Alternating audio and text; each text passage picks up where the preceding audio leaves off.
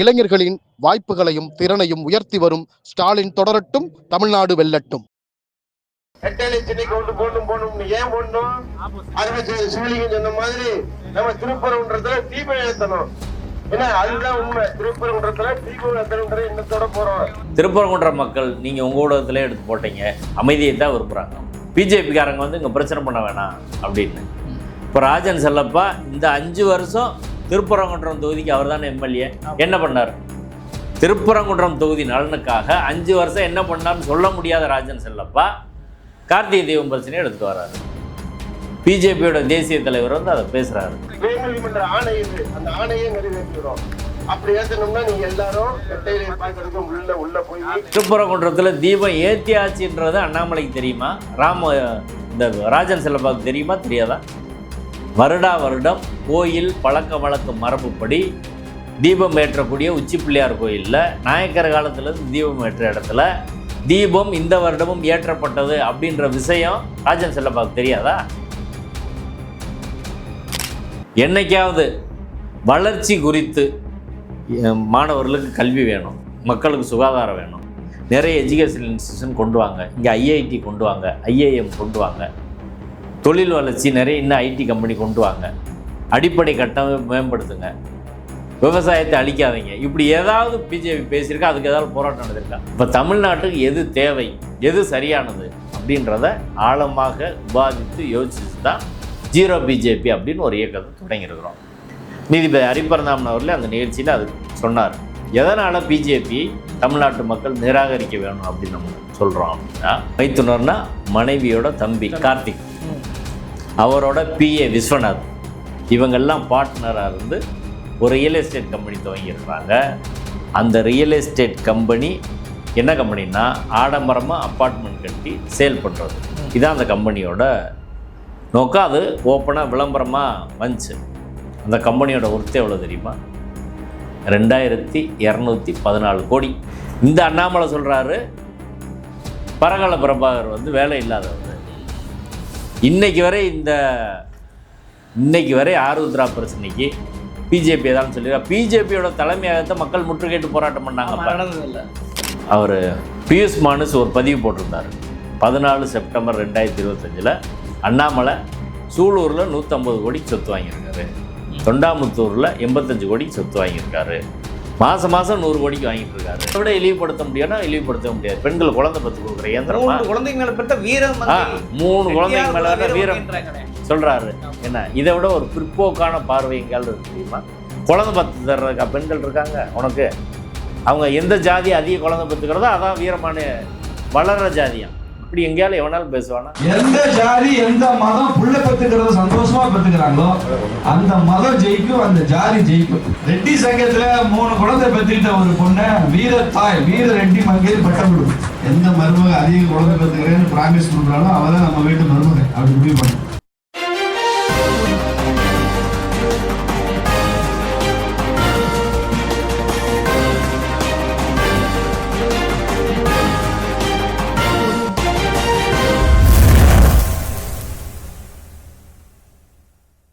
வணக்கம். இது அறத்தின் கழகம். இன்று நாம் சந்திக்கிற மிக முக்கியமான அரசியல் விமர்சகர், உயர்நீதிமன்ற வழக்கறிஞர் திரு வாஞ்சிநாதன் அவர்கள். சார் வணக்கம். வணக்கம். குறிப்பாக ஜீரோ பிஜேபின்னு ஒரு மிக முக்கியமான இயக்கத்தை கட்டமைச்சிருக்கிறீங்க. குறிப்பாக பரபல பிரகாரம் பண்ணியிருக்கிறீங்க. இது குறித்து அண்ணாமலை அவர்கள் பேசும்போது இவர்கள்லாம் திமுக கைக்கூலின்னு போகிற ஒரு குற்றச்சாட்டை முன் வச்சிருக்காரு. முதற்கட்டமாக எப்படி பார்க்குறீங்க? ஜீரோ பிஜேபி என்ற இயக்கம் கடந்த வாரம் சென்னையில் தொடங்கப்பட்டது. அந்த நிகழ்வில் திரு பரகால பிரபாகர் அவர் எல்லாரும் நம்மளுக்கு தெரிஞ்சவர் தான். இந்திய நிதியமைச்சர் நிர்மலா சீதாராமன் அவர்களின் கணவர். ஆனால் பாஜகவின் கொள்கையை ஏற்றுக்கொள்ளாமல் உண்மையை மக்களிடம் பேசி வருபவர். பாஜகவுக்கு எதிராக தீவிரமாக பிரச்சாரம் பண்ணி பாஜக ஆட்சி ஒழியணும், அரசியல் சட்ட ஆட்சி இங்கே நடக்கணும் என்பதற்காக தொடர்ச்சியாக பேசிட்டு வர்றவர்.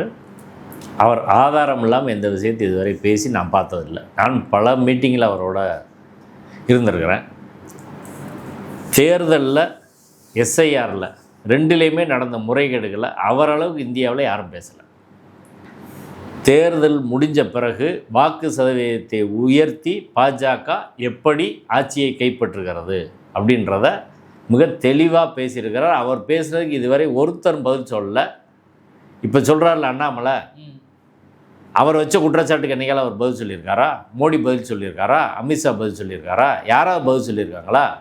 அவர் என்ன குற்றச்சாட்டு மெயினாக சொல்கிறாருன்னா, போன தேர்தலில் இந்தியா கூட்டணி தான் ஜெயிச்சு, இந்தியா கூட்டணி தான் ஜெயிச்சு அப்படின்னு ஆதாரபூர்வமாக சொல்கிறாரு. இவங்க ஓட்டிங் பர்சன்டேஜை வாக்குப்பதிவு முடிந்த பிறகு அடுத்த அன்னைக்கு நைட்டு அடுத்த நாள் எல்லாம் வாக்கு சதவீதத்தை உயர்த்தி ஜெயிச்சிருக்கிறாங்க. எவ்வளவு வாக்கு சதவீதம் உயர்த்தப்பட்டதோ அதான் இவங்க 2 பேருக்குமான வேறுபாடு அப்படின்னு ஆதாரபூர்வமாக நிரூபிக்கிறாரு. இப்போ சமீபத்தில் நடந்த ஆந்திரா தேர்தலில் கூட எப்படி முறைகேடு நடந்துச்சுன்னு அவர் விளக்கியிருக்காரு. எஸ்ஐஆர் கொடுத்தும் கூட பேசியிருக்காரு. அடுத்து எஸ்ஐஆர்ன்றது ஒரு தற்கொலை தான். அதில் போய் பார்ட்டிசிபேட் பண்ணுறது. எஸ்ஐஆர்ன்றது இந்த நாட்டில் 2 வகையான குடிமக்களை உருவாக்குறாங்க. ஒன்று குடியுரிமை உள்ளவர்கள், அது வாக்குரிமை உள்ளவர்கள். இன்னொன்று வாக்குரிமை இல்லாதவர்கள். அதில் பெரும்பாலும் சிறுபான்மை மக்களை குறிவைத்து இந்த வேலையை செய்கிறாங்க அப்படின்றத மிக தெளிவாக இது அரசியல் சட்டத்துக்கு எதிரானது என்பதை எல்லா இடத்துலையும் பேசுகிறார். இப்போ அவர் மெயினாக பேசுகிறது இந்த 2 விஷயம்தான். இந்த 2 விஷயத்துக்கு இதுவரை மோடியோ அமித்ஷாவோ பிஜேபியோ ஆர்எஸ்எஸோ அண்ணாமலையோ பதில் சொல்லியிருக்காங்களா சொல்லுங்கள். அந்த விவாதத்துக்கு வாங்கன்னு சொல்கிறோம். அவரை வைக்கிற ஆதாரபூர்வமான விமர்சனத்துக்கு விவாதத்துக்கு வாங்க. ஒருவர் என்ன பேசுகிறாரு அப்படின்னு அவர் சொல்கிறதுலேருந்து அதுக்கு பதில் சொல்லணும். அவர் சொன்ன கருத்துக்கு பதில் சொல்லணும். அப்படி இல்லாமல் அவர் பைய தூக்கிட்டு வந்துடுவார், அவர் திமுக கைக்கூலி, இவங்களுக்கு வேலையே கிடையாது இப்படின்னு சொல்கிறது. ஒரு ஐபிஎஸ் படித்தால் இருந்தாலும் ஒரு காமன் சென்ஸ் இருக்கா? வேறு வேலையே கிடையாது இவங்களெலாம் வேலை. அண்ணாமலைக்கு என்ன வேலை? அண்ணாமலை என்ன வேலை பார்த்தாரு நம்ம பேசுவோமா? யோக்கியர் மாதிரி பேசினார்ல. ஆதாரப்பூர்வம் பேச முடியாது இருந்தாலும் அவர் இப்போ அண்ணாமலை ஆதாரப்பூர்வமாக பேசுகிற மாதிரி பேச காட்டுவார். அதான் நான் சொல்கிறேன். நிர்மலா சீதாராமனுக்கு கணவர் பரகல பிரபாகர் அவர்கள் ஆதாரப்பூர்வமாக எந்தெந்த தொகுதியில் என்னென்ன மோசடி நடந்திருக்கு அப்படின்னு சொல்லியிருக்கிறார். அதுக்கு நீங்கள் பதில் சொல்கிறீங்களா? விவாதத்துக்கு வரீங்களா? ஒன்று. ரெண்டாவது, அண்ணாமலை எப்படிப்பட்ட நபர்? நிர்மலா சீதாராமன் ஹஸ்பண்டை அவர் வேலை இல்லாதவர் அப்படின்னு சொல்கிறாரு. அவர் இந்திய அளவில் ஒரு முக்கியமான பொருளாதார அறிஞர். மோடியை எக்ஸ்போஸ் பண்ணி தெளிவான ஒரு புத்தகத்தை அவர் தான் எழுதினார். இந்தியா முழுவதும் இன்றைக்கி போய் மனைவி பாஜகவில் முக்கியமான கேபினெட்டில் இருக்கிறாங்க. இந்திய அளவில் முக்கியமான நபர், நிதி அமைச்சர்னா இன்றைக்கி இந்தியாவில் ஒரு பவர்ஃபுல்லான ஆனார். அப்படிப்பட்டவரின் கணவராக இருந்து கொண்டு இவர் அந்த பிஜேபிக்கு எதிராக தீவிரமாக பேசிகிட்டு இருக்காரு. வேறு யாராவது அதை செய்ய முடியுமா? எவ்வளோ துணிச்சல் இருந்தால் அதை செய்ய முடியும், தைரியம் இருந்தால் செய்ய முடியும். அவர் பேசுகிற விஷயத்துக்கு இவங்க யார் பதில் சொல்கிறன்றது தான். அவர் ஒரு புத்தகம் எழுதியிருக்காரு. அந்த புத்தகத்துக்கு நீங்கள் பதில் சொல்கிறீங்களா? இதுவரையே பதில் சொல்லலை. ஒன்று. ரெண்டாவது, அண்ணாமலை இன்றைக்கி பேசுகிறார்ல, அண்ணாமலை ஒரு 2 லட்ச ரூபாய்க்கு வேலை பார்த்துக்கிட்டு இருந்த ஒரு ஆள். அதை விட்டுட்டு இன்றைக்கி எத்தனாயிரம் கோடி அவர் சம்பாதிச்சிருக்கார். எந்த பொறுப்புலையும் இல்லாமல், ஒரு வார்டு கவுன்சிலர் கூட கிடையாது. எப்படி சம்பாதிச்சார்? ஒன்று. அதே சமயம் நிர்மலா சீதாராமனின் கணவர், இந்தியாவின் நிதியமைச்சரின் கணவர், அவர் நினச்சா ஒரு நாளைக்கு 2000 கோடி வரும். அவர் அப்படி சொகுசாக வாழ்ந்துட்டு போக தெரியாதா? எதுக்கு பையன் தூக்கிட்டு ட்ரெயினை பிடிச்சி ஊராக பேசிகிட்டு இருக்காரு? இந்த வயசான காலத்திலேயே அலைகிறாரு. இப்போ இந்த நாட்டை அரசியல் சட்டப்படி வழி நடத்தணும். அது யார் தவறு செஞ்சாலும் தவறு தான், மனைவி இருக்க கட்சினால் தவறு தான் அப்படின்னு பேசக்கூடிய ஒரு நபர்.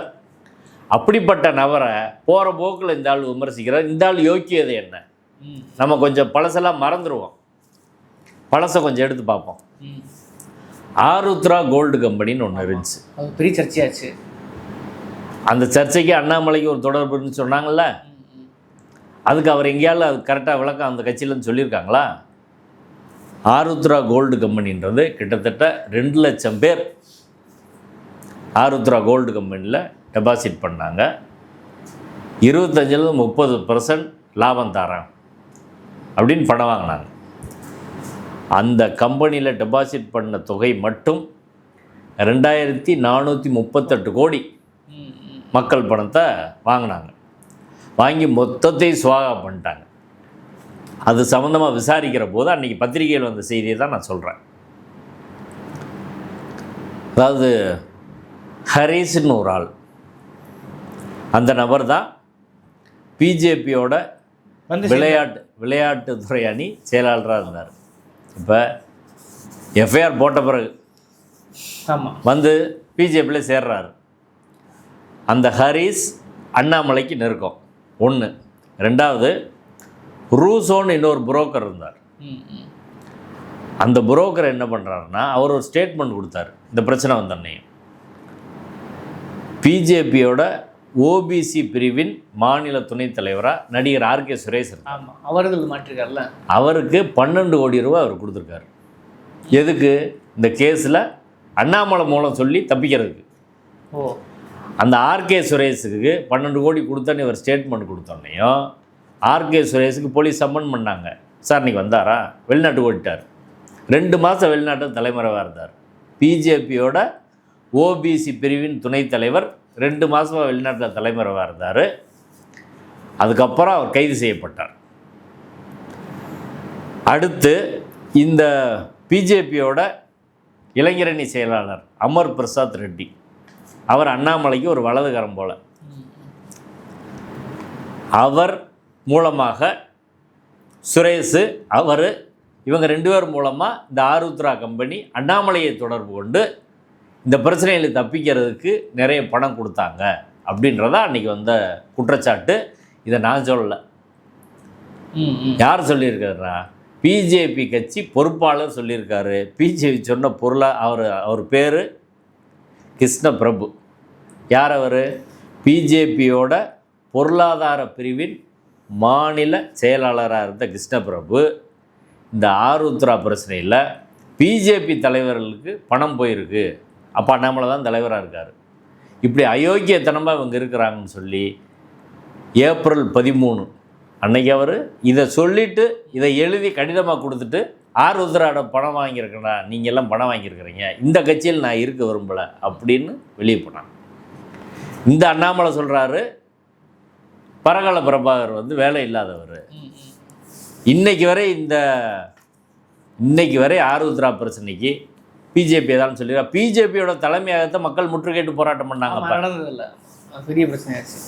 ஆனால் எதுவுமே அவங்க பதில் சொல்லலை. கூட அந்த குற்றச்சாட்டை பின்வாங்கினார். ஆமாம், இது இப்போ இடி எல்லாம் ரைடு நடந்து இதெல்லாம் நடந்துச்சு, எங்கேயாலும் ஒன்றும் நடக்கலை. இது ஒன்று மட்டும் கிடையாது.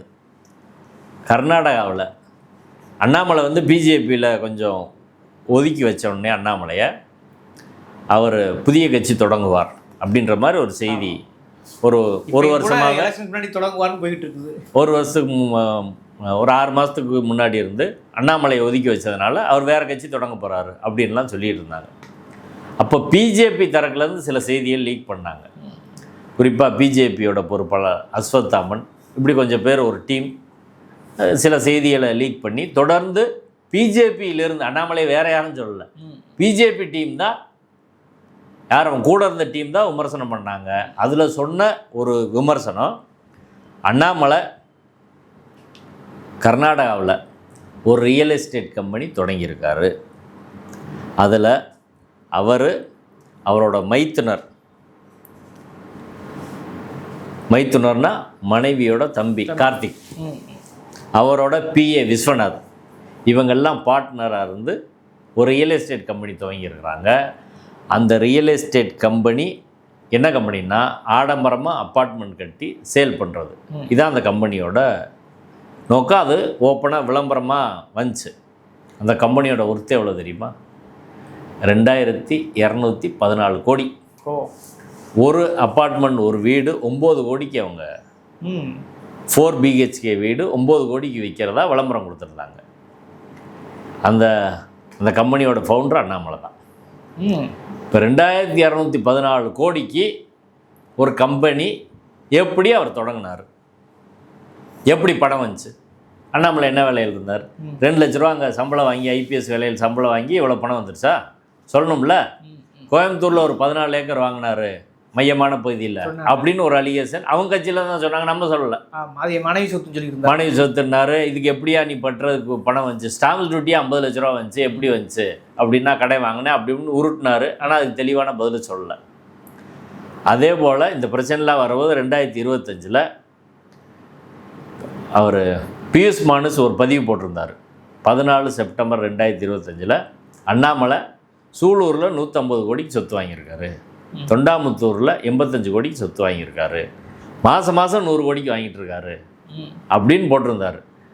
இது உறுதிப்படுத்தப்பட்ட விவரமாக என்னன்னு தெரியல. ஆனால் இதற்கு அண்ணாமலை பதில் சொல்லலை. ஒருவேளை தவறாக சொல்லியிருந்தால் அவர் மேலே வழக்கும் போடலை. எந்த சொத்து தொடர்பாக சொன்ன எந்த விஷயத்துக்கு அண்ணாமலை எந்த வழக்கும் போடலை. யாரையும் ஒன்றும் அதுக்கு பதில் பேசலை. சும்மா சமாளிச்சுட்டு விட்டார் அப்படின்றது தான். இதையெல்லாம் தாண்டி பப்ளிக்கில் சவால் விட்டார். ரஃபேல் வாட்ச் நான் பில்லு தாரேன்னு. இன்னைக்கு வரை அந்த பில்லை நீங்கள் பார்த்துருக்கீங்களா? ஆனால் ஏதோ ஒரு ஸ்டாம்ப் லெஃப்ட் ஸ்டாம்ப் போட்டு அது ஒரு போலியாக ஒன்று ஃபேக்காக தயார் பண்ணி வேற யார்கிட்டே வாங்கினேன்னு சொன்னார். அதை ஆமாம். இப்போ இப்படிப்பட்ட யோக்கியதை கொண்ட நபர் இவர் நீதிபதி ஹரிபரந்தாமன் போன்ற அப்பழுக்கற்ற மனிதர்களை பொது வாழ்வில் நேர்மையாக நீதிபதி பதவியில் கண்ணியமாக இருந்து வந்த நபர்களை பற்றி அவங்க வேலை இல்லாதவங்க அப்படின்னு போகிற போக்கில் சொன்னால் இதாளுக்கு என் மண்டையில் மூளை இருக்கா என்னன்னு தெரியல. எவ்வளோ ஆணவம் திமிர் இருக்கணும். இப்போ நீ முதல்ல யோக்கியனான்னு முதல்ல நிரூபிக்கணும். உன் கட்சியிலேருந்து எதுக்கு உனக்கு ஒதுக்கி வச்சாங்க, எதுக்கு உனக்கு சீட்டு கொடுக்கல? இப்போ எல்லோரும் என்ன சொல்கிறாங்க, இவர் சொத்து வரத்தை சொல்லணுன்றதுக்காக சீட்டு வேணான்னு சொல்லிட்டாரு, நிற்க சொன்னாங்க. சொத்து வர வெளியே வந்துடுறதுனால அடுத்துனா மாற்றிட்டு பண்ணிக்கலாம். இப்போனா சொத்து வரத்தை சொல்லணும். 2 பேச்சு இருக்குது. ஒன்று கோஷ்டி பூசல்ன்றாங்க, ஒன்று இப்படியான ஆமாம் இப்படி ஒன்று சொல்கிறாங்க. அப்போ அடிப்படையில் எந்தவித நேர்மை இல்லாத ஒரு நபர் தான் அண்ணாமலை. இப்போ அவர் இவங்களை பேசுகிறதுக்கு அப்படின்றது எந்த ஒரு தகுதியும் இல்லை. இப்போ ஏன் இன்னைக்கு ஜீரோ பிஜேபி அதோட அதுக்கான காரணம் என்ன? ஜீரோ பிஜேபியோட முக்கியத்துவம் என்ன? ஏன்னா அவர் போகிற போக்கில் திமுக கைக்குள்ளுன்னு சொல்லிட்டாரு. அப்போ ஜீரோ பிஜேபியோட உண்மையான முகம் என்னன்னு ஒரு கேள்வி இல்லை. அதாவது பரகால பிரபாகர் அவர் ஆந்திர மாநிலத்தை சேர்ந்தவர். அவர் ஏன் இங்கே பேசணும்? நீதிபதி ஹரிபரந்தாமன் எந்த கட்சியிலையும் கிடையாது.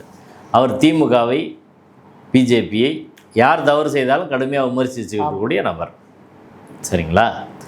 நானும் அதுபோல் திருப்பரங்குன்றம் பிரச்சனையில் பிஜேபி ஜெயிச்சாலும் திமுக செய்கிற தவறையும் பேசிக்கிட்டு இருக்கோம். சேகர் பாபு எத்தனையோ தடவை நம்ம விமர்சனம் பண்ணியிருக்கிறோம், உங்கள் சேனலில் விமர்சனம் பண்ணியிருக்கிறோம். இப்போ இப்படிப்பட்ட நபர்கள்லாம் சேர்ந்து பத்திரிகையாளர் விஜயசங்கர் ஃப்ரண்ட் லைனில் எடிட்டராக இருந்தவர், இப்போ அவரை போன்றவர்கள்லாம் சேர்ந்து ஏன் இதை செய்யணும்? இப்போது ஒரு சிவில் சொசைட்டி அப்படின்றதுக்கு ஒரு முக்கியமான பங்கு தேர்தலில் மற்ற எல்லா விஷயத்திலும் இருக்குது. மற்ற நேரமெல்லாம் சிவில் சொசைட்டி பல்வேறு பிரச்சனைகள்லாம் நம்ம பேசுகிறோம். தேர்தல் வரும்போது நம்ம எப்படி அமைதியாக இருக்க முடியும்? இப்போ தமிழ்நாட்டுக்கு எது தேவை, எது சரியானது அப்படின்றத ஆழமாக விவாதித்து யோசிச்சு தான் ஜீரோ பிஜேபி அப்படின்னு ஒரு இயக்கத்தை தொடங்கியிருக்கிறோம். நீதிபதி ஹரிபரந்தாமன் அவர்களே அந்த நிகழ்ச்சியில் அது சொன்னார். எதனால் பிஜேபி தமிழ்நாட்டு மக்கள் நிராகரிக்க வேணும் அப்படின்னு நம்ம சொல்கிறோம் அப்படின்னா, பிஜேபி இந்த 10 ஆண்டு ஆட்சியில் இந்துக்களுக்கான கட்சி நீ சொல்கிற, இந்துக்களுக்கு செய்த நன்மை ஒரு 10 சொல்லுங்கள். நீங்கள் சொல்லுங்கள். இந்துக்களுக்கு பெட்ரோலை குறைச்சிருவானா? இந்துக்களுக்கு டீசல் விலையை குறைச்சிட்றாங்களா? இந்துக்களுக்கு கேஸ் விலையை குறைக்கிறாங்களா? இந்துக்களுக்கு இடம் கொடுத்துருக்காங்களா? எதுவுமே கிடையாது. என்ன பண்ணியிருக்காங்க சொல்லுங்கள்? இந்துக்களுக்கு இடஒதுக்கீடு கொடுத்துருக்காங்களா? இல்லை மாணவர் ஸ்காலர்ஷிப் கொடுத்துருக்குறாங்களா? வேலை வாய்ப்பில் அப்படி எதுவும் கொடுத்துருக்குறாங்களா? ஒன்றுமே கிடையாது.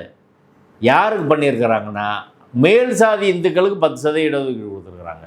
அதை நம்மகிட்ட கை வச்சு ஒன்று. ரெண்டாவது, ஊழலுக்கு எதிராக பேசுகிற ஒரு கட்சி, இந்தியாவிலே மிகப்பெரிய ஊழலை செஞ்ச கட்சி அதான். தேர்தல் பத்திரம், தேர்தல் பத்திரத்தில் கிட்டத்தட்ட 8000 கோடி அடித்தாங்க. எப்படி வந்துச்சு? உங்களுக்கு ஒரு 100 கோடி ஒருத்தர் கொடுக்குறாருன்னு வைங்க, எது கொடுப்பார்? ஒரு கம்பெனி கொடுக்குது 1000 கோடி, ஒரு கம்பெனி ஒரு கட்சி கொடுக்குறான்னு எது கொடுப்பாங்க சொல்லுங்கள்?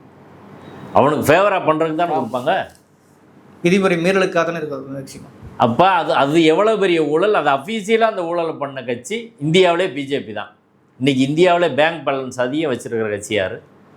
பிஜேபி தான். ஆர்எஸ்எஸ்க்கு பல 1000 சதுரடியில் டெல்லியில் கட்டடம் கட்டி வச்ச கட்சி யார்? பிஜேபி தான். ஒரு 200 எம்எல்ஏவை விலைக்கு வாங்கின கட்சி யார்? பிஜேபி தான். அப்போ இன்றைக்கி இந்தியாவிலே மிகப்பெரிய ஊழல் சாம்ராஜ்யத்தை கட்டமைச்சிருக்கிறது பிஜேபி தான். அப்படிப்பட்ட கட்சியிலேருந்து நீங்கள் ஏதோ ஒரு ஊழலற்ற ஒரு அரசை உருவாக்க போகிறோன்ற மாதிரி முன்னாடி இப்போ அதை கூட பேசுகிறதில்ல. இப்போ அவங்களுக்கு அடிப்படையாக இருக்க விஷயம் மதவெறி மட்டும்தான். இப்போ பிஜேபின்ற கட்சி இந்த 10 வருஷம் என்ன பண்ணுச்சு அப்படின்றத நம்ம தொகுத்து பார்த்தோம்னா, நீ மாட்டுக்கறி சாப்பிட்ற அடிச்சுக்கொள்ளு, ஆமாம், பசுவை கொண்டு போகிற அடிச்சுக்கொள்ளு, சிஏஏ குடியுரிமை இஸ்லாமியர்கள் கிடையாது, வக்ஃபு சட்டம் இஸ்லாமியர்கள் உரிமையை நாங்கள் பறிக்கிறோம், அடுத்து கிறிஸ்தவர்கள் உரிமையை பறிக்க போகிறோம், சர்ச்சில் போய் அடிக்கிறது, கிறிஸ்துமஸ் விழாவை அடித்து நொறுக்கிறது, இதை தாண்டி உருப்படியாதால் அவங்க பண்ணியிருக்கிறாங்களா சொல்லுங்கள்? இன்றைக்கி இந்தியாவோட பொருளாதார நிலை என்ன? ரூபாயோட மதிப்பு டாலர்லேருந்து எவ்வளோ கீழே போயிருக்கு? 95 ரூபாய்க்கு பிரிச்சது டாலரோட மதிப்பு. இப்போ எல்லா வகையிலும் இன்றைக்கி வெளியுறவு கொள்கையோட நிலைமை என்ன? பாகிஸ்தான் இன்றைக்கி உலக அளவில் ஒரு மத்தியஸ்தம் பண்ணக்கூடிய நாடாக வந்துருச்சு. ஆனால் இந்தியா எவ்வளோ கேவலமாக கிடக்கு. போருக்கு முன்னாடி போய் இஸ்ரேலில் பேசி கேவலப்பட்டு வந்தார் மோடி. எப்ஸ்டீன்ஸ் ஃபைல்ஸ் பிரச்சனை வந்துச்சு. ஆமாம். இப்போ எந்த வகையிலும் பாஜகவில் இப்போ சுப்பிரமணிய சாமி தான் தொடர்ந்து பேசிகிட்டு இருக்காரு மோடி எப்படிப்பட்டவர்னு சொல்லி. அதுக்கு யாராலும் பதில் சொல்லியிருக்காங்களா? அண்ணாமலை பதில் சொல்லணும்ல. பிரதமரை பற்றி சொல்கிறாரில்ல, பதில் சொல்லு. நிர்மலா சீதாராமன் கணவருக்கு நீ பதில் சொல்கிற, ஹரிபரதாவனுக்கு பதில் சொல்கிற, உன் கட்சியால் சுப்பிரமணிய சாமி உங்கள் கட்சி தலைவர் சொல்கிறார் பதில் சொல்லு. தொடர்ந்து சொல்கிறாருல்ல, வரிசையாக பேசிகிட்டு இருக்காரு. வெளியுறவு பாலியல் குற்றச்சாட்டு கூட முன் வச்சுக்காரு இப்போ சமீபத்தில். ஆமாம், பாலியல் குற்றச்சாட்டு தீவிரமான குற்றச்சாட்டுகளை முன் வச்சிருக்காரு. சுப்பிரமணிய சாமி குற்றச்சாட்டுகளை சுப்பிரமணிய சாமி இப்படி சொல்லியிருக்காருன்னு சொன்ன மனோ தங்கராஜ் அவர்கள் மீது கேஸ் போடணும்னு பிஜேபிக்காரன் நீ போடுற. குற்றச்சாட்டை சொன்னால் உன் கட்சிக்காரன் மேலே நீ நடவடிக்கை எடுக்க மாட்டேற, அவர் மேலே வழக்கம் போட மாட்டேற, என்ன அர்த்தம்? அப்போ பெண்கள் விஷயத்தில் கமலாலயமே ஒரு காலத்தில் பாலியல் கூடாரமாக இருந்துச்சுன்னு எல்லாரும் சொன்னாங்க. இப்போ நாகராஜன் மேலே குற்றச்சாட்டு வந்திருக்கு. என்ன நடவடிக்கை எடுத்தீங்க? இப்போ அடிப்படையில் பெண்கள் விஷயத்திலும் சரி, ஊழலிலும் சரி, மாற்றி பேசுகிறதும் சரி, மதக்கலவரம், வன்முறை, வளர்ச்சி எல்லா வகையிலும் தோல்வி அடைந்த ஒரு அரசாக இருக்குது. ஆனால் இதையெல்லாம் மாற்றுவதற்காக இப்போ ஒன்று கொண்டு வராங்க பாருங்கள், டீலிமிட்டேஷன் சொல்லி தொகுதி மறைவரையறை பண்ணுறோம். பெரிய எலெக்ஷனுக்கு பிறகு பெரிய சிக்கலாக இருக்குன்னு சொல்கிறாங்க. அப்படின்னா என்ன அர்த்தம்னா, ஏன் பிஜேபி வரக்கூடாதுன்னு சொல்கிறதுக்கு இந்த ஒரு காரணம் போதும். பிஜேபி என்ன சொல்லுதுன்னா, தென்னிந்தியா எங்களுக்கு தேவை கிடையாது, தென்னிந்தியா நத்திங், தென்னிந்தியா இல்லாத ஒரு இந்தியாவை உருவாக்குவோம் அப்படின்றதா தொகுதி மறுவரையறை. ஏற்கனவே எல்லாமே நம்ம கொடுக்குற காசு வட இந்தியாவுக்கு தான் போகுது. இன்றைக்கி தென்னிந்திய தொகுதியில் கூட்டி தென்னிந்திய தொகுதியில் குறைச்சி உத்தரப்பிரதேசம் எல்லாம் கூட்டிட்டீங்க அப்படின்னா தென்னிந்தியா தேர்தலுக்கு தேவையில்லை, இங்கே வரவே மாட்டாங்க, அவங்க ஜெயிச்சுக்கிட்டே இருப்பாங்க. நம்ம என்ன பண்ணாலும் ஒன்று.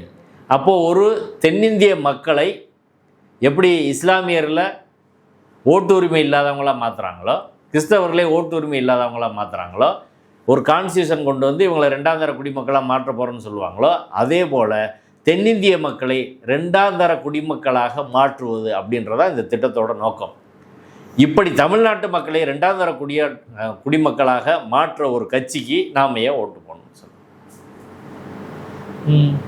தமிழ்நாட்டுக்கு என்ன பண்ணியிருக்காங்க? பிரச்சனையை தவிர மைக்கேல் பட்டின்னு ஒரு பிரச்சனையை உண்டு பண்ணாங்க. அண்ணாமலை தான் முன்னாடி நின்று பண்ணார். கடைசியில் அவங்க சிபிஐயே அண்ணாமலை முதல்ல காரித்து பிரிச்சு அப்படி ஒன்றும் மதம் மாற்றாங்க நடக்கலை அப்படின்னு. திருப்பரங்குன்றம் பிரச்சனையில் வந்திருக்காரு, நேற்று பேசியிருக்காரு. திருப்பரங்குன்றம் பிரச்சனையில் தீபம் ஏற்றணும்னு இது எனக்கு ஒரு அடிப்படையே புரியலை. வேட்பாளரும் பேசியிருக்கிறாரு. திருப்பரங்குன்றத்தில் தீபம் ஏற்றியாச்சுன்றது அண்ணாமலைக்கு தெரியுமா? இந்த ராஜன் செல்லப்பாவுக்கு தெரியுமா தெரியாதா? வருடா வருடம் கோயில் பழக்க வழக்க மரபுப்படி தீபம் ஏற்றக்கூடிய உச்சி பிள்ளையார் கோயிலில் நாயக்கர் காலத்துலேருந்து தீபம் ஏற்ற இடத்துல தீபம் இந்த வருடமும் ஏற்றப்பட்டது அப்படின்ற விஷயம் ராஜன் செல்லப்பாவுக்கு தெரியாதா? இல்லை, அப்படி தெரிஞ்சு அப்படி பேசுவாரோ. அவ்வளோ திராவிட கட்சி செயல்படலாம் இருக்காது. எப்படி அது என்னத்தை திராவிடன்றது எனக்கு தெரியல, மண்டையில் என்ன இருக்குன்னு எனக்கு புரியலை. ஓட்டுக்காக என்ன வேணாலும் பேசுகிறதா? இத்தனைக்கு அவர் கிறிஸ்தவர் வேறு, ஓட்டுக்காக என்ன பேசுகிறாரு பாருங்க. இப்போது ஒரு இப்போ எடப்பாடி சொல்கிறாரு, இது கொள்கை கூட்டணி கிடையாது, தேர்தல் கூட்டணி, கொள்கைன்றது வேறு வேறு அப்படின்னு சொல்கிறாரு. பிறகு நீ அதை போய் ராஜன் செல்லப்பா அங்கே பேசுகிற, ஓட்டுக்காக என்ன வேணாலும் பேசுகிறதா? எந்த மக்கள் அங்கே கார்த்திகை தீபம் 2 இடத்துல ஏற்றன்னு சொன்னாங்க? எந்த மக்கள் சொன்னாங்க? இந்த 30 வருஷமாக எந்த முன்னணி முயற்சி பண்ணி ஃபெயிலான ஒரு விஷயம், கோர்ட்டு மூலமாக ஒரு ஆர்டர் வாங்கிட்டு ஒரு முயற்சி பண்ணுறாங்க, அவ்வளோதான். இந்த 30 வருஷமா திருப்பரங்குன்றத்தில் எந்த மக்களாவது 2 இடத்துல தீபம் ஏற்றுங்க அப்படின்னு சொன்னாங்களா? இப்போ ராஜன் செல்லப்பா என்ன தைரியத்தில் அதை பேசுறாருன்னு ஒரு கேள்வி இருக்கா இல்லையா? ராஜன் செல்லப்பா இதை பேசினா ஏதாவது ஓட்டு கிடைக்கும் அப்படின்னு பிஜேபிக்காரன் மண்டையை கழுவி வச்சிருப்பான், அவ்வளோதான் விஷயம். ராஜன் செல்லப்பா அந்த கூறு கூட கிடையாது. இது ஒட்டுமொத்தமாக மற்ற மக்கள்லாம் எதிராக இருப்பாங்க அப்படின்னு. திருப்பரங்குன்ற மக்கள் நீங்கள் உங்கள் ஊடகத்திலே எடுத்து போட்டீங்க, அமைதியை தான் விரும்புகிறாங்க. பிஜேபிக்காரங்க வந்து இங்கே பிரச்சனை பண்ண வேணாம் அப்படின்னு. இப்போ ராஜன் செல்லப்பா இந்த 5 வருஷம் திருப்பரங்குன்றம் தொகுதிக்கு அவர் தானே எம்எல்ஏ, என்ன பண்ணார்? திருப்பரங்குன்றம் தொகுதி நலனுக்காக 5 வருஷம் என்ன பண்ணார்னு சொல்ல முடியாத ராஜன் செல்லப்பா கார்த்திகை தீபம் பிரச்சனையை எடுத்துகிட்டு வர்றாரு. பிஜேபியோட தேசிய தலைவர் வந்து அதை பேசுகிறாரு. இப்போ திருப்பரங்குன்றம் பிரச்சனை என்னன்னு இவங்களுக்கு தெரியுமா? முதல்ல திருப்பரங்குன்றம் பிரச்சனையில் அங்கே 2வது இடத்துல மலையில் கார்த்திகை தீபம் ஏற்ற முடியாதுன்னு சொல்கிறது யார்? இஸ்லாமியர்கள் கிடையாது, வேறு யாரும் கிடையாது. திமுக அரசாங்கம் சொல்லலை, கோயில் நிர்வாகம் சொல்லுது. கோயில் நிர்வாகம் தமிழ்நாட்டில் எந்த இடத்துலையாவது ஒரு மலையில் 2 இடத்துல தீபம் ஏற்றுறத காட்டுங்க, கோயில் பழக்கத்தை ஏன் மாற்ற சொல்கிறீங்க அப்படின்னு சொல்கிறாங்க. இதே பிஜேபி சபரிமலை பிரச்சனையில் அதுக்கு கோயில் பழக்கத்தை மாற்றக்கூடாது, பெண்கள் வரக்கூடாதுன்னா வரக்கூடாது, இது கோயில் மரபு, இதை எப்படி நீ 3வது ஆள் தலையிட்டு சொல்கிற அப்படின்னு சொல்கிறாங்கல்ல. சென்ட்ரல் கவர்மெண்ட்டு சுப்ரீம் கோர்ட்டில் பேசுகிறாங்கல்ல. இதே கேள்வியை நம்ம கேட்போம். இங்கே கோயிலுக்கு ஒரு மரபு இருக்குது, உச்சி பிள்ளையார் கோயிலில் தான் தீப ஏத்தரன் கோயிலோட மரபு. அந்த மரபை நீ அரசியலுக்காக ஏன் மாற்ற சொல்கிற? தர்கா பக்கத்தில் போய் பிரச்சனை பண்ணுன்றக்கா நீ ஏன் மாற்ற சொல்கிற? சரி, நீ பழனியில் 2 இடத்துல ஏற்றுன்னு சொல்லு, திருச்செந்தூரில் ஏற்றுன்னு சொல்லு, பழமுதிர் சோழில் ஏற்றுன்னு சொல்லு, அங்கெல்லாம் ஏன் சொல்லலை? அங்கெல்லாம் தர்கா கிடையாது. இப்போ பிரச்சனையை உண்டு பண்ணுறாக்கா கோயில் மரபை மாற்ற சொல்கிறது பிஜேபி, கோயிலுக்கு எதிராக நிற்கிறது பிஜேபி. ஆனால் ஏற்றாமல் தடுத்துட்டாங்க அப்படின்னு ஒரு பொய் பிரச்சாரத்தை சொல்லக்கூடிய இந்த நபர்களில் வந்து என்ன சொல்கிறதுன்னு சொல்லுங்கள். ஸோ அண்ணாமலை வரவேற்கும் கூட அங்கே உள்ள சில பெண்களில் வந்து தீபம் ஏற்றுன்ற கோரிக்கை. அந்த தெருவில் ஒரு 10 பேரை பிடிச்சி வச்சுருக்காங்க. நீங்கள் வந்து 1000 ரூபா கொடுத்தா இன்றைக்கி ஒரு 10 பேரை கூப்பிட முடியாதா? அப்படி தான் கூப்பிட்டு வராங்க. சரிங்களா? அதான் நான் சொல்கிறேன், இதுக்கு முன்னாடி 30 வருஷமாக இந்து முன்னணி முயற்சி பண்ணுது. ஒரு ஆள் அவங்க முன்னாடி போயிருக்காங்களா? ஒரு மனுதாரர் கேஸ் போட வந்திருக்காங்களா? இப்போ வரை திருப்பரங்குன்றத்தில் ஒரு ஆள் கேஸ் போடலைங்க. எங்கேயோ ராமரவிக்குமாரை பிடிச்சி தான் அவங்க கேஸ் போட்டிருக்கிறாங்க. திருப்பரங்குன்ற ஒரு ஆள் இங்கே கேஸ் போட்டிருக்காங்களா? ஏன்னா அந்த மக்களுக்கு தெரியும். இப்போ அடிப்படையில் ஏன் பிஜேபி டேஞ்சர் அப்படின்னு சொல்கிறோம்னா, இந்த ஒரு வருஷம் கிட்டத்தட்ட 1.5 வருஷமாக மதுரை மக்களை ஒன்றும் இல்லாத திருப்பரங்குன்ற பிரச்சனையை பற்றி சுத்த விட்டாங்களா? உண்மையா இல்லையா? என்னைக்காவது வளர்ச்சி குறித்து மாணவர்களுக்கு கல்வி வேணும், சுகாதாரம் வேணும், மக்களுக்கு சுகாதாரம் வேணும், நிறைய எஜுகேஷன் இன்ஸ்டியூஷன் கொண்டு வாங்க, இங்கே ஐஐடி கொண்டு வாங்க, ஐஏஎம் கொண்டு வாங்க, தொழில் வளர்ச்சி நிறைய இன்னும் ஐடி கம்பெனி கொண்டு வாங்க, அடிப்படை கட்டமைப்பு மேம்படுத்துங்க, விவசாயத்தை அழிக்காதீங்க, இப்படி ஏதாவது பிஜேபி பேசியிருக்கா? அதுக்கு ஏதாவது போராட்டம் நடந்திருக்கா? அந்த தர்காவை மாற்றணும், அங்கே தீபம் ஏற்றணும், இங்கே ஆடு கோழி வெட்டக்கூடாது, மழை பேரை மாற்றணும், இதான் அரசியல். அப்போ மதுரையில் ஒரு மத கலவரத்தை உண்டாக்கணும், மக்களை பிளவுபடுத்தணும் அப்படின்னு நினைக்கக்கூடிய ஒரு கட்சிக்கு எப்படிங்க ஓட்டு போட முடியும்? இங்கே திருப்பரங்குன்றத்தில் இங்கே மதுரையில் நம்மளுக்கு மதுரை மக்களுக்கு ஒரு வாய்ப்பு, ராம சீனிவாசன் என்ற நபரை தோற்கடித்து ஜீரோ பிஜேபி மதுரையில் 0 அப்படின்றத செய்யக்கூடிய ஒரு அருமையான வாய்ப்பு மதுரை தெற்கு தொகுதி நம்மளுக்கு இருக்குது. 0 பிஜேபி இது ஒரு பக்கம் போகுது. அவர் நேற்று குறிப்பாக சாதிசங்க விஷயத்தில் ரெட்டியார் சமூகத்தில் எல்லாரும் குழந்தை பத்துக்குன்னு எப்படி பிஜேபி வடநாட்டில் சொல்கிறாங்களோ, குறிப்பாக ஊபியில் சொல்கிறாங்களோ, அதை தமிழ்நாட்டில் ஒருத்தர் அவருக்கு சாதிசங்க மாநாட்டிலே பேசியிருக்காரே. அதான் இப்போ ராம சீனிவாசன் எப்படிப்பட்ட நபர்?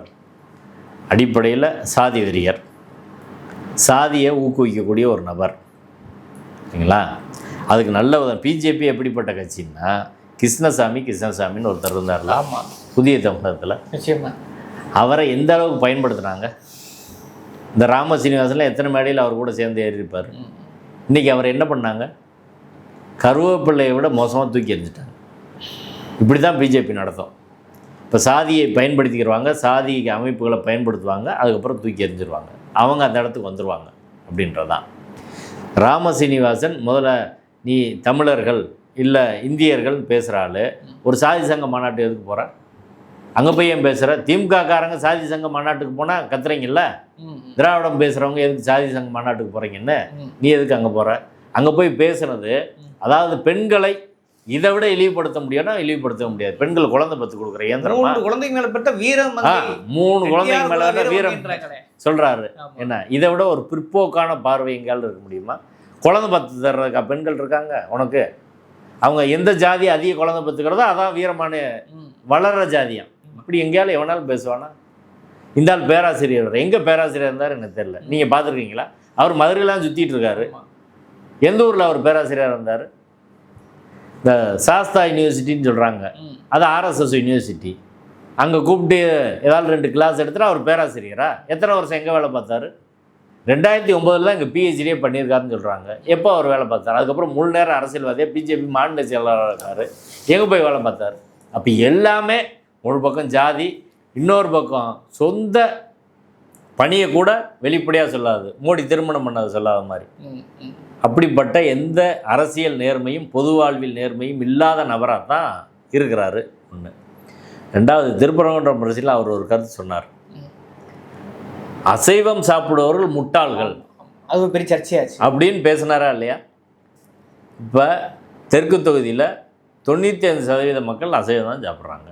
அந்த மக்களை முட்டாள்னு சொல்லிட்டு அவங்ககிட்ட ஓட்டு கேட்க வர்றாரு. ஓட்டு போடலாமா? பாண்டியோயிலில் நம்ம கும்பிட்றோம், பாண்டியோயில் கும்பிட்ற யாரும் ராமசீனிவாசன் ஓட்டு போடலாமா? அழகர் கோயிலில் கிடாய் வெட்டி சாப்பிட்றோம், நம்ம குலதெய்வத்துக்கு கிடாய் வெட்டி சாப்பிட்றோம். இதெல்லாம் நம்ம பண்பாட்டு வழிபாட்டு முறை. இதை இழிவுபடுத்தின ராமசீனிவாசனுக்கு யாராலும் ஓட்டு போடலாமா சொல்லுங்கள்? இப்போ மதுரை மக்களுக்கு ஒரு வரலாற்று வாய்ப்பு, மதுரையில் ராமசீனிவாசனை தோற்கடிப்பது அப்படின்னு ஒரு வரலாற்று வாய்ப்பு வந்திருக்கு. அதே போல் திருப்பரங்குன்றம் பிரச்சனையில் ஊரை பிளவுபடுத்தி பிஜேபி, ஒருவேளை பிஜேபி அங்கே ராஜன் செல்லப்பாவை வந்தால் அந்த ஊரோட அமைதி போயிடும், அயோத்தி போல் மாறிடும். திருப்பரங்குன்றத்தை தொடர்ந்து பிரச்சனையை ஆக்கி அந்த ஊரில் யாரையும் வாழ விட மாட்டோம், அதை நோக்கி தான் போகும். இப்போ மதுரைக்கு அமைதி வளர்ச்சி வேணும்னா ராமசீனிவாசன் தோக்கணும், ராஜன் செல்லப்பா தோக்கணும். அதை மதுரை மக்கள் உத்தரவாதம் செய்யணும். மதுரை சார்ந்த பிரச்சனை மட்டும் இல்லை, 0 பிஜேபி ஏங்கிற விளக்கத்தையும் கொடுத்துருக்கீங்க. அண்ணாமலைக்கும் குறிப்பாக ராஜன் செல்லப்பா, ராமசீனிவாசன் அத்தனைக்கு பதில் சொல்லிக்கிறீங்க. உங்கள் விமர்சனங்களை அப்படியே மக்கள் பார்வைக்கு விட்டு விடுகிறேன். இந்த விவாதச்சொல் அறக்களுக்கு நேரம் ஒதுக்க முடியும்.